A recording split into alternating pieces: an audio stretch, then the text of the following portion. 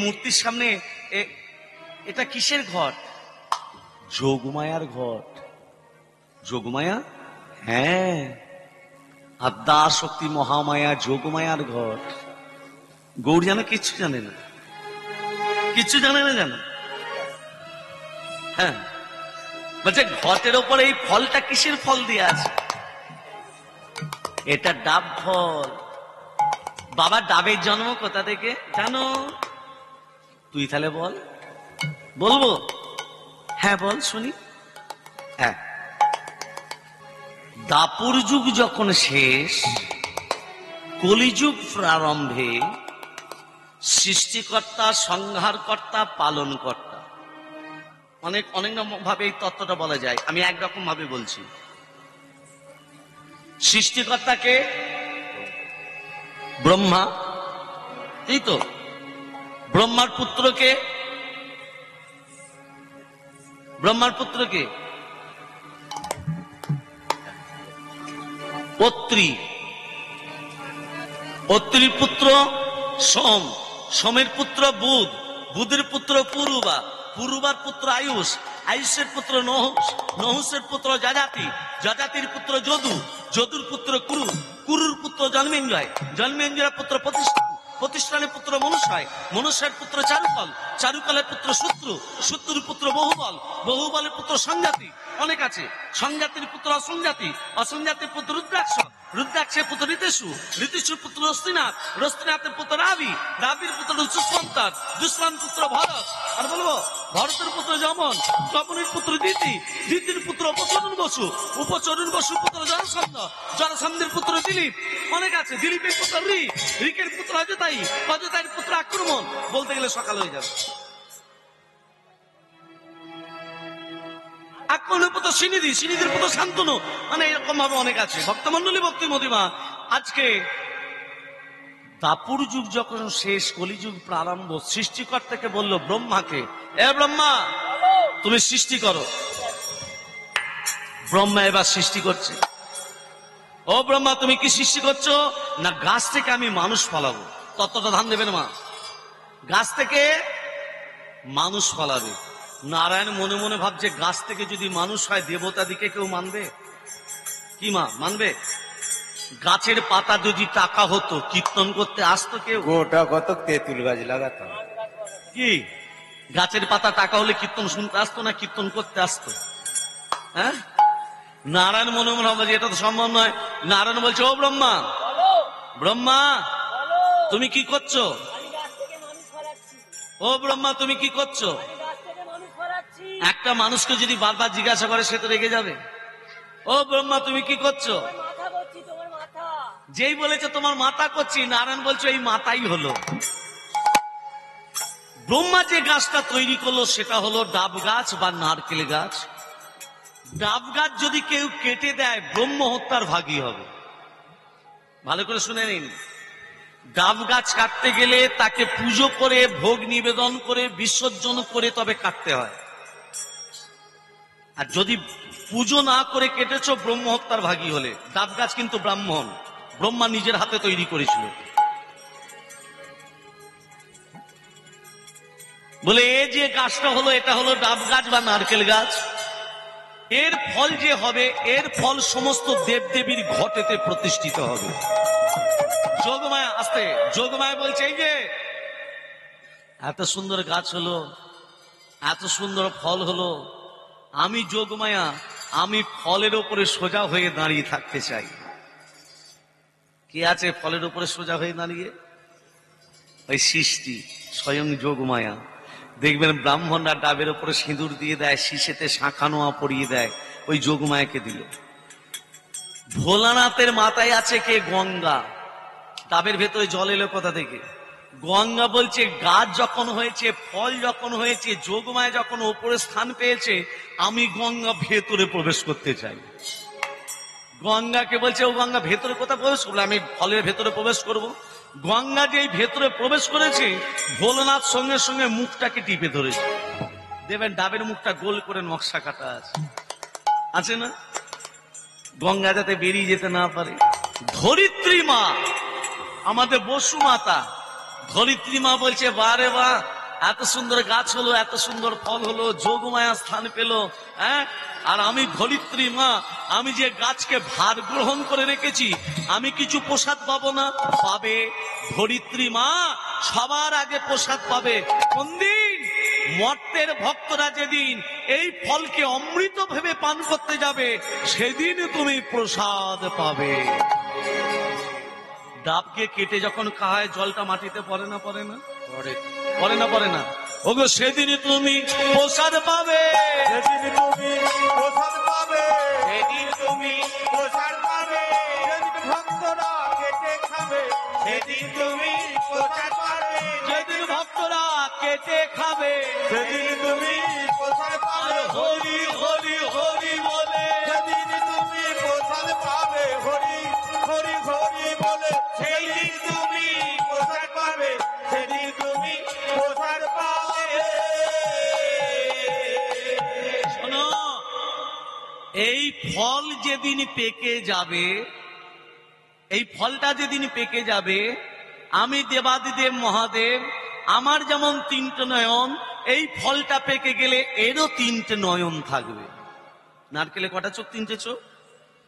লক্ষ্মী দেবী বলছে দাঁড়াও, গাছ হলো, ফল হলো, হ্যাঁ, যে যা স্থান পেয়ে গেল, আমি যোগমায়ার মেয়ে, আমি দশভুজা দুর্গার মেয়ে লক্ষ্মী, আমিও বলে রেখে দিলাম, মর্তের মাটিতে যেদিন কোজাগরী লক্ষ্মী পুজো হবে, সেই দিন এই ফল না দিলে আমারও পূজা সমাপন হবে না।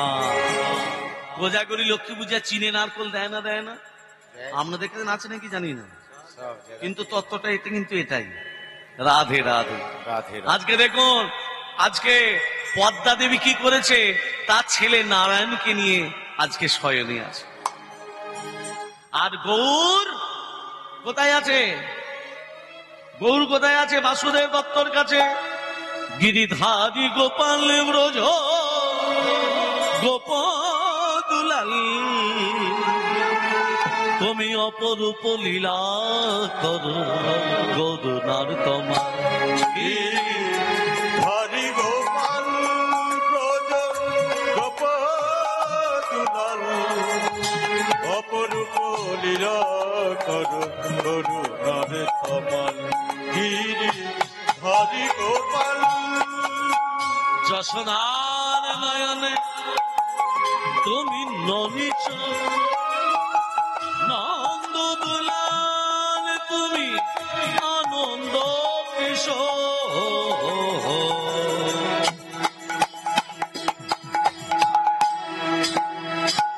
যশোদার নয়নে তুমি ননিচ, নন্দ দুলাল তুমি আনন্দ কিশোর। পিতায় সারথি তুমি যাদব রাখা, পিতায় সারথি তুমি যাদব রাখা। অপরূপ লীলা করো করুণার তোমার। গিরি হরি গোপাল ব্রজ গোপদুলাল, অপরূপ লীলা করো করুণার তমাল। গিরি হরি গোপাল, বিশাখার কাছে তুমি চির নিরূপম, শিরাধার বিপদে প্রেমের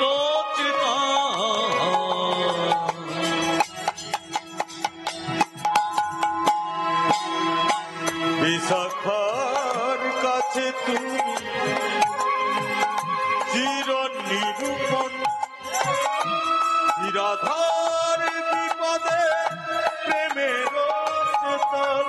সুদাম সুদাম সখা পথে দেখা, শ্রীদাম সুদাম শাখা গোঠের রাখা। অপরূপ লীলা করো করুণা তোমার। অপরূপ লীলা করুণার তমাল।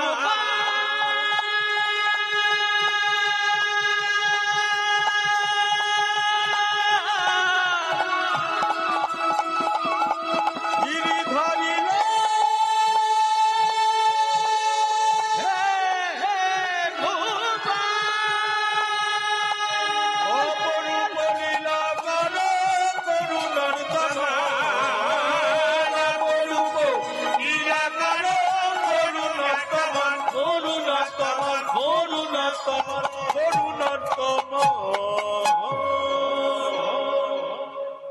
বাসুদেব দত্ত যখন গৌরকে নিয়ে আছে আর পদ্মা দেবী রাত্রিবেলা নারায়ণকে নিয়ে ঘুমোচ্ছে, ধান দেবেন, নারায়ণকে নিয়ে যখন ঘুমোচ্ছে, হঠাৎ মাঝরাত্রিতে নারায়ণ চিৎকার করে উঠল, মা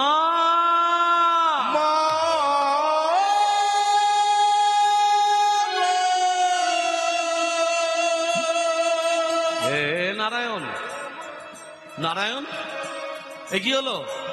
তুই মা বলে ডাকলি কেন? হে নারায়ণ, তোর কি হয়েছে বল? নারায়ণ তুই কথা বল। ভক্তমন্ডলী মা বাবা দেখছে একটা কাল সাপ তার নারায়ণকে দংশন করে চলে যাচ্ছে। একটা কাল সাপ নারায়ণকে দংশন করে চলে যাচ্ছে। নারায়ণ, এ নারায়ণ, নারায়ণ একবার কথা বল বাবা। হে নারায়ণ, নারায়ণের গোটা গা নীল হয়ে যাচ্ছে। নারায়ণ একবার কথা বল নারায়ণ।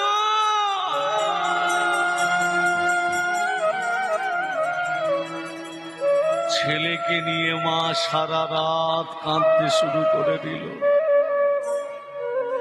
নারায়ণ একবার কথা বল, একবার কথা মা বলে ডাক, একবার নারায়ণ মা বলে ডাকে। নারায়ণ নারায়ণ বলতে সারা রাত কেটে গেল। সকালবেলা পাড়া প্রতিবেশী ছুটে এলো,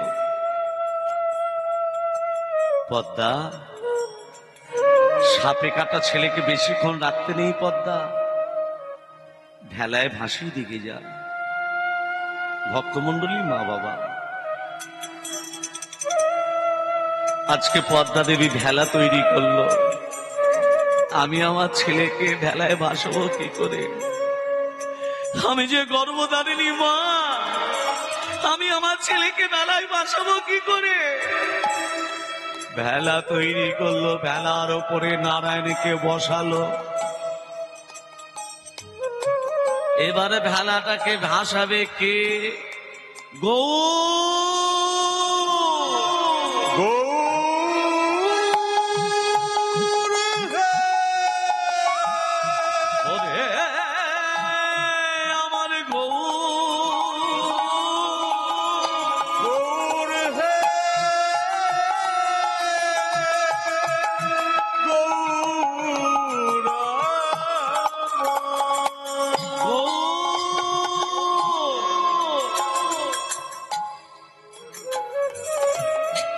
বাসুদেব দত্ত বলছে, গৌর তোমার মা ডাকতে যাও না। যে মা আমাকে ঝাঁটা দিয়ে মারে, যে মা আমাকে যষ্টি দিয়ে মারে, সেই মায়ের কাছে আমি কোনোদিনও যাব না। না না, আমি তোমার বাবা বলছি, যাও। যাবে না? যাও। আচ্ছা ভক্তমন্ডলী মা বাবা, আজকে পদ্মা দেবী গর্ভধারিণী ছেলে নারায়ণ মরেছে না মরেনি? মায়েরা কি বলেন, মরেছে না মরেনি? সর্পদংশনে মারা গেছে না মারা যায়নি? মারা গেছে। মা, ও মা, এসেছিস? মা ডাকলে, মা এইভাবে ডাকলে কোনো ছেলে কি না এসে থাকতে পারে? মা বলো মা, তোর ভাইকে সাপে কেটেছে বাবা, তোর ভাইয়ের ভেলাটাকে ভাসিয়ে দে। মা, আমার ভাইকে সাপে কেটেছে? হ্যাঁ রে, ভাই মারা গেছে। হ্যাঁ রে গো, তোর ভাই মরে গেছে, আমাকে তুই ক্ষমা করে দিস বাবা। তোকে আমি যষ্টি দিয়ে মেরেছি, তোকে আমি ঝাঁটা দিয়ে মেরেছি, তুই তোর মাকে ক্ষমা করে দিস। মা, আমার ভাই মরেনি গো, আমার ভাই বেঁচে আছে। কি বলছিস? হ্যাঁ হ্যাঁ, দেখতে চাও? দেখতে চাও মা? ভাই, এ ভাই, ভাই, যেই তিনবার ভাই ভাই বলে ডাকলো, ওমা ভাই তখন নারায়ণ ভেলার ওপর বসে পড়ল। মাগো, তোমাকে আমি পরীক্ষা করছিলাম কত দূর তুমি বাড়তে পারো। ভগবান ভক্তকে পরীক্ষা করে, এ যত বেড়েছে একে আরো বাড়তে দাও, হ্যাঁ, আরো বাড়তে দাও, আরো বাড়তে দাও। কেমন বাড়া কমাটা বলতে কেমন দেখুন, শাস্ত্র কি বলছে। নারায়ণ নারদকে বলছে, নারদ শিষ্য বাড়ি যাবে? বলে চলুন প্রভু। তার নারদ বলল, প্রভু আগে কার শিষ্য বাড়ি যাবে, তোমার না আমার? নারায়ণ বলছে, আগে আমার শিষ্য বাড়ি যাব। হ্যাঁ, বলে তবে তাই চলুন, আপনার শিষ্য বাড়ি হয়ে কিন্তু আমার শিষ্য বাড়ি যেতে হবে। হ্যাঁ, বলে নারায়ণ বললো ঠিক আছে নারদ। নারদ আর নারায়ণ দুজনের শিষ্যর বাড়ি যাচ্ছে। নারায়ণের শিষ্য একজন রাজা, প্রবীণ রাজা। হ্যাঁ, যেই দাঁড়েতে বলেছে, কারা তোমরা? নারায়ণ তখন বলছে, তোমাদের রাজাকে বলো তার গুরুদেব এসছে। প্রহরী গিয়ে বলে, রাজামশাই আপনার গুরুদেব এসছে। রাজা বলল, বৈঠকখানায় বসতে বলে গে যা, আমি যাচ্ছি। প্রহরী এসে বলছে, এই যে আপনাকে গুরুদেব আপনাকে শিষ্য বলল বৈঠকখানায় বসতে। নারদ নারায়ণ বৈঠকখানায় বসে আছে। 1 ঘন্টা 1.5 ঘন্টা 2 ঘন্টা পার হয়ে গেল, রাজা আর আসছে না। 3 ঘন্টা হয়ে গেল, রাজা আসছে না। 4 ঘন্টা হয়ে গেল, রাজা আসছে না। নারদ বলছে, প্রভু আপনার শিষ্য বোধহয় আর আসবে না। তখন নারায়ণ তখন বলছে, ওরে রাজা, তোকে আমি আশীর্বাদ করলাম, তুই যত বেড়েছিস তুই আরো বেড়ে যা। তোর যত সোনা দানা হয়েছে তোর আরো হোক, যত টাকা পয়সা হয়েছে তোর আরো হোক, আরো বেড়ে যা, আরো বেড়ে যা। নারদ বলছে, এটা তোমার বিচার? যে শিষ্য তোমার সঙ্গে দেখা করতে এলো না তাকে আশীর্বাদ করলে আরো বড় হও, আরো বড় লোক হও, আরো সোনা দানা হোক, আরো টাকা পয়সা হোক? হ্যাঁ, ও নারদ, তুমি তোমার শিষ্য বাড়ি নিয়ে যাবে না? বলে হ্যাঁ। বলে শিষ্য বাড়ি তাহলে আমাকে নিয়ে চলো। এবার নারদ কি করেছে, শিষ্য বাড়ি নিয়ে আসছে। শিষ্য বাড়ি এক বুড়িমা, তার বলতে একমাত্র জিনিস বলতে একটা গাভী, তাকে সেবা দেয়। ওই গরুর দুধ বিক্রি করে যেটুকু পায় সেটুকুই আজকে তার সংসার চলে যায়। এই নারদ এবং নারায়ণ যে এসেছে, ওমা বুড়িমা কি করেছে, চরণ দুটোকে ধৌত করে দিয়ে দুজনকে সেবা দিয়েছে, আচ্ছাটি করে ভালো করে দুজনের সেবা করেছে। এবার নারদ বলছে, প্রভু আপনার শিষ্য তো দেখা করতে এলো না, আর আমার শিষ্য কেমন আপনাকে সেবা দিল বলুন? আমার শিষ্যকে আশীর্বাদ করবেন না? বলছে, হ্যাঁ অবশ্যই করব। তাহলে করুন।